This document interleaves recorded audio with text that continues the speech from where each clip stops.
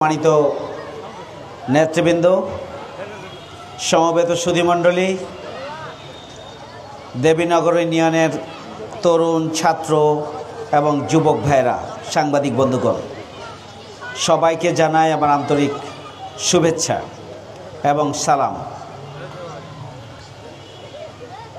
সম্মানিত উপস্থিতি, আপনারা ইতিমধ্যে গুরুত্বপূর্ণ বক্তব্য শুনেছেন। বাংলাদেশ জামাত ইসলামী একটি সুখী, সমৃদ্ধশালী, বসবাসযোগ্য, মানবিক বাংলাদেশ গড়ে তুলতে চায়। বাংলাদেশ জামাত ইসলামী দুর্নীতি, সন্ত্রাস, চাঁদাবাজ মুক্ত, ন্যায় এবং ইনসাফের বাংলাদেশ গড়ে তুলতে চায়। বাংলাদেশ জামাত ইসলামী অধিকার প্রতিষ্ঠার রাজনীতি করে। বাংলাদেশ জামাত ইসলামী মানুষের অধিকার মানুষের কাছে পৌঁছে দেওয়ার রাজনীতি করে। বাংলাদেশ জামাত ইসলামী এমন এক রাজনীতি করেন, এমন এক আন্দোলন করেন যেটি ইমানের দাবি, সেই দাবি পূরণের একদিকে যেমন কার্যক্রম পরিচালনা করে থাকেন, পাশাপাশি আমরা দুনিয়ার মানুষের কল্যাণ এবং মুক্তির জন্য রাজনীতি করি। আমরা আমাদের নিজেদের মুক্তি, আখিরাতের মুক্তির জন্য রাজনীতি করি। আমরা দুনিয়ার মানুষের, এদেশের মানুষের কল্যাণ এবং মুক্তির জন্য আমরা রাজনীতি করি। সংগ্রামী ভাই বন্ধুগণ, আজকে যারা যুবক এবং তরুণ, যাদের রক্ত, ঘাম, শ্রম এবং জীবনের বিনিময়ে 5 আগস্টের গণঅভ্যুত্থানের পরে আমরা নতুন বাংলাদেশ পেয়েছি, আমরা তাদের প্রতি আন্তরিকভাবে কৃতজ্ঞতা জ্ঞাপন করছি। আল্লাহর কাছে দোয়া করছি, আল্লাহ রাব্বুল আলামিন তাদের সকল কোরবানিকে কবুল করুন। যারা আহত এবং পঙ্গুত্ব বরণ করেছেন, সে আহত এবং পঙ্গুত্ব বরণকারীদের প্রতি আমরা সহানুভূতি জানাচ্ছি, তাদের জন্য দোয়া করছি। আল্লাহ রাব্বুল আলামিন যেন তাদেরকে দ্রুততার সাথে সুস্থতার নিয়ামত দান করেন, স্বাভাবিক জীবনে ফিরে আসার জন্য তৌফিক দান করেন। সংগ্রামী ভাইয়েরা আমার, যুবকরা হচ্ছেন দেশ এবং জাতির ভবিষ্যৎ।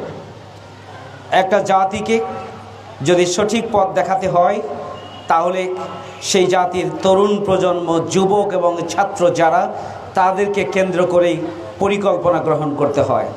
আজকে যারা তরুণ এবং যুবক, তারাই আগামী দিনে দেশ এবং জাতির কর্ণধার। আগামী দিনে আমরা যদি সুখী, সমৃদ্ধশালী, বসবাসযোগ্য চাঁপাইনবাবগঞ্জ গড়ে তুলতে চাই, যদি বসবাসযোগ্য বাংলাদেশ গড়ে তুলতে চাই, তাহলে আমাদের তরুণ এবং যুবকদেরকে যত্ন করে দেশ এবং জাতি গঠনের জন্য উপযোগী করে গড়ে তোলার পরিকল্পনা গ্রহণ করতে হবে। বাংলাদেশ জামাত ইসলামী সেই পরিকল্পনা নিয়েই অগ্রসর হচ্ছে। আজকে তরুণ প্রজন্ম ইসলামের দিকে ঝুঁকেছে। আপনারা দেখেছেন ঢাকা বিশ্ববিদ্যালয়, জাহাঙ্গীরনগর বিশ্ববিদ্যালয়, চট্টগ্রাম বিশ্ববিদ্যালয় এবং রাজশাহী বিশ্ববিদ্যালয়ের ছাত্র সংসদ এবং হল সংসদ নির্বাচনে ব্যাপকভাবে সাধারণ ছাত্রছাত্রীরা ইসলামী ছাত্র শিবির সমর্থিত প্যানেলের প্রতি তারা ভোট দিয়ে তাদেরকে বিজয় অর্জন করার ব্যবস্থা করে দিয়েছে। আপনারা জানেন, এদেশের তরুণ এবং যুবকরা যেমনিভাবে 5 আগস্টের গণঅভ্যুত্থানের মাধ্যমে নতুন বাংলাদেশ এনে দিয়েছে, আমরা বিশ্বাস করি আগামী দিনে যদি সুখী, সমৃদ্ধশালী, বসবাসযোগ্য, দুর্নীতিমুক্ত, ন্যায় এবং ইনসাফের বাংলাদেশ প্রতিষ্ঠা করতে হয়, তাহলে তরুণ এবং যুবকদেরকে সামনে দিকে ঐতিহাসিক অবদান রাখতে হবে। আজকে তরুণ এবং যুবকরা সবচেয়ে বেশি অবহেলিত। আজকে নৈতিকভাবে তরুণ এবং যুবকদেরকে ধ্বংস করে দেওয়ার জন্য, মাদক দিয়ে তাদেরকে বশীভূত করার জন্য একটি চক্রান্ত ষড়যন্ত্র রয়েছে।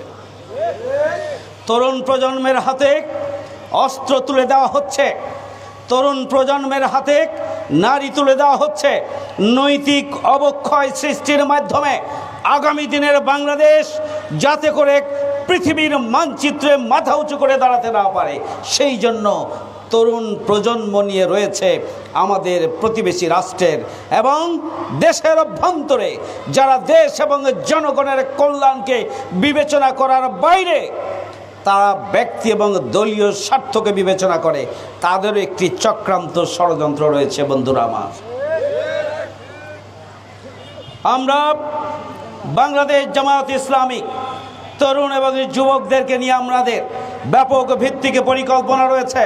আমরা বিশ্বাস করি আগামী দিনের বাংলাদেশকে যদি করতে হয় তাহলে সবার আগে তরুণ যুবক এবং ছাত্রদেরকে গড়ে তুলতে হবে, নৈতিকভাবে, আদর্শিকভাবে, জ্ঞানগতভাবে, দক্ষতার দিক থেকে এবং সামগ্রিকভাবে তাদের মধ্যে দেশপ্রেম তৈরি করে দেশ এবং জাতির জন্য প্রয়োজনে জীবন দেওয়ার মানসিকতা তাদের মধ্যে তৈরি করার মধ্য দিয়েই আগামী দিনের নতুন বাংলাদেশ গড়ে তোলা সম্ভব। আজকে তরুণ প্রজন্ম যেমনিভাবে ষড়যন্ত্র এবং চক্রান্তের শিকার, পাশাপাশি আমাদের তরুণ প্রজন্ম অবহেলিত। আজকের ছাত্ররা মাস্টার ডিগ্রি পাশ করার পরে তাদের চাকরি নেই, চাকরির জন্য যে প্রশিক্ষণের প্রয়োজন সেটি তাদের নেই, সার্টিফিকেট নিয়ে পরিবারের বোঝা হয়ে তারা ঘুরে বেড়াচ্ছে। আল্লাহ যদি সহায় হন, যদি এদেশের তরুণ যুবক এবং এদেশের নারী পুরুষ নির্বিশেষে জামায়াত ইসলামীকে ভোট দিয়ে আগামী দিনে বিজয় করার জন্য ব্যবস্থা করেন, ইনশাআল্লাহ আমরা তরুণ এবং যুবকদের মর্যাদাকে সমুন্নত করার জন্য পদক্ষেপ গ্রহণ করব। তাদের নৈতিক চরিত্র গঠন এবং দেশপ্রেমে তাদেরকে উজ্জীবিত করার জন্য প্রয়োজনীয় দক্ষ এবং যোগ্য করে গড়ে তোলার পদক্ষেপ আমরা গ্রহণ করব। আমরা বেকার যুবক যারা রয়েছে ওই সমস্ত বেকার যুবকদের হাতে আমরা প্রশিক্ষণ দিয়ে তাদের হাতে কর্মসংস্থানের উপাদান ধারাবাহিকভাবে পর্যায়ক্রমে তুলে ধরার জন্য আমরা চেষ্টা করব। যারা শিক্ষিত যুবক যদি তারা চাকরি করতে চান তাহলে তাদেরকে উপযুক্ত চাকরির ব্যবস্থা গ্রহণের জন্য সরকারের পক্ষ থেকে পদক্ষেপ গ্রহণ করা হবে। যারা বিদেশে যেতে চান, শিক্ষিত হোক অথবা অশিক্ষিত হোক, যারা বিদেশে যেতে চান, যে কাজের জন্য যেতে চান, তাদেরকে সেই ধরনের প্রশিক্ষণ দিয়েই আগামী দিনের বিদেশে যাতে মর্যাদার সাথে তারা ইনকাম করে পরিবার পরিচালনা করার জন্য, পরিবারের স্বপ্ন পূরণের জন্য তারা যেন ভূমিকা পালন করতে পারেন, সেই পদক্ষেপ আমরা গ্রহণ করব। আমাদের তরুণ এবং যুবকরা কর্মসংস্থানের জন্য দেশের বাইরে অবস্থান করছে। বাংলাদেশ জামায়াত ইসলামীর পক্ষ থেকে আমি বারবার বলেছি, যারা দেশের রেমিটেন্স যোদ্ধা, যারা দেশের অর্থনীতির চাকাকে সামনের দিকে এগিয়ে দেওয়ার জন্য, গতিশীল রাখার জন্য যারা জীবন বাজি রেখে বিদেশে ভূমিকা পালন করছেন, তাদেরকে অবশ্যই ভোটাধিকার তাদেরকে নিশ্চিত করতে হবে। 54 বছরে তাদের কোনো ভোটাধিকার নেই। আমাদের আন্দোলনের মাধ্যমে আমরা ইতিমধ্যে আপনারা জেনেছেন প্রবাসী যারা রয়েছে তারা ভোটাধিকার প্রয়োগ করতে পারবে এইবার 54 বছরে প্রথমবারের মতো ইনশাআল্লাহ। সংগ্রামী ভাই বন্ধুগণ, সুতরাং আগামী দিনের বাংলাদেশের জন্য তরুণ প্রজন্মকে নিজেদেরকে গড়ে তোলার জন্য স্বপ্ন দেখতে হবে, বাংলাদেশকে পরিবর্তনের জন্য স্বপ্ন দেখতে হবে। দুর্নীতিমুক্ত, সন্ত্রাস এবং চাঁদাবাজ মুক্ত, খুন এবং ধর্ষণ মুক্ত যদি নতুন বাংলাদেশ প্রতিষ্ঠা করতে হয় তাহলে যুবকদেরকেই স্বপ্ন দেখতে হবে, যুবকদেরকে নিজেদের পরিবর্তন সাধন করতে হবে। আর যারা মুরব্বী রয়েছেন, অভিভাবক রয়েছেন, তারা দোয়া করবেন, পরামর্শ দিবেন, অভিজ্ঞতার শেয়ার করবেন এবং যুবকদেরকে সামনে দেবেন। সামনে দিকে যুবকদের নেতৃত্ব আর পিছন দিকে অভিভাবকদের, মুরব্বীদের দোয়া এবং পরামর্শের ভিত্তিতে আমরা সবাই মিলে আগামী দিনের চাঁপাইনবাবগঞ্জ গড়ে তুলব। আগামী দিনের বাংলাদেশ গড়ে তোলার ক্ষেত্রে চাঁপাইনবাবগঞ্জের যুবকরাই নেতৃত্ব দেবে ইনশাআল্লাহ। প্রিয় ভাইয়ের আমার, আমাদের দেবীনগর অবহেলিত। আমি সকাল থেকে আজকে দেবীনগরে আসছি, বারবার দেবীনগরে এসেছি। ওই নদী ভাঙন কবলিত এলাকায় যখন যাই মানুষের চোখের দিকে চোখ রাখা যায় না। বারবার বাড়িঘর ভাঙতে ভাঙতে তারা সর্বশান্ত হয়ে যাচ্ছে। তাদের রাস্তা নেই, তাদের গোরস্থানের চলাচলের ব্যবস্থা নেই, তাদের অসুস্থ রোগীকে অ্যাম্বুলেন্সে করে নিয়ে যাওয়ার জন্য রাস্তা নেই। একদিকে মহানন্দা নদীর ভাঙন, এই দেবীনগরবাসী আতঙ্কিত, এই বাজারটিও ভাঙনের মুখোমুখি রয়েছে। অন্যদিকে মহানন্দা নদীর পদ্মা নদীর ভাঙন, একদিকে মহানন্দা, অন্যদিকে পদ্মা নদীর ভাঙনের এই ঝুঁকির মধ্যে দেবীনগরবাসী একটা চরম আতঙ্কের মধ্যে রয়েছে, তৃণমূলে যারা রয়েছেন। আল্লাহ যদি তৌফিক দান করেন তাহলে পদ্মা নদীর ভাঙন রোধের জন্য, নদীতে স্থায়ী বাঁধ নির্মাণের জন্য 1850 কোটি টাকার একটি বরাদ্দ ছিল। সেই বরাদ্দটি আর্থিক অনটনের কারণে, সংকটের কারণে বর্তমান সরকার 950 কোটি টাকার একটি বাজেট একটি সমন্বয় করে ইতিমধ্যে অর্থ মন্ত্রণালয়ে রয়েছে। আমরা আশা করছি যে নদী ভাঙন কবলিত পদ্মার সাথে যে সমস্ত এলাকা এবং পরিবারগুলো রয়েছেন, 2-3 নদী ভাঙন রোধ করার জন্য একটি কার্যক্রম কম সময়ের মধ্যে আমরা আশা করছি শুরু করবে। আমরা এটা নিয়ে কাজ করছি। প্রিয় ভাইয়ের আমার, আজকে আমরা দেখলাম মহানন্দা নদী আমাদের তীরবর্তী বাড়িগুলোকে গ্রাস করার জন্য হুমকি দিচ্ছে। এই ধরনের একটি পরিস্থিতি যে কোনো সময়, এবারের বন্যায় যতটুকু রক্ষা পেয়েছে, পরবর্তী বন্যা যদি এই দিক দিয়ে ভাঙন শুরু হয়, কোথায় গিয়ে ঠেকবে আমরা জানি না। এই পরিস্থিতি থেকেও উত্তরণ প্রয়োজন। আমরা পানি উন্নয়ন বোর্ডের সাথে বসবো। তারা এই বন্যা নিয়ন্ত্রণের জন্য, মহানন্দা নদীতে বাঁধ নির্মাণের জন্য, নদী ভাঙন রোধে তারা কি পদক্ষেপ গ্রহণ করেছে, আমরা সেটি দেখে সরকার যাতে উপযুক্ত পদক্ষেপ গ্রহণ করেন সেই জন্য আমরা কাজ করার জন্য চিন্তা করছি।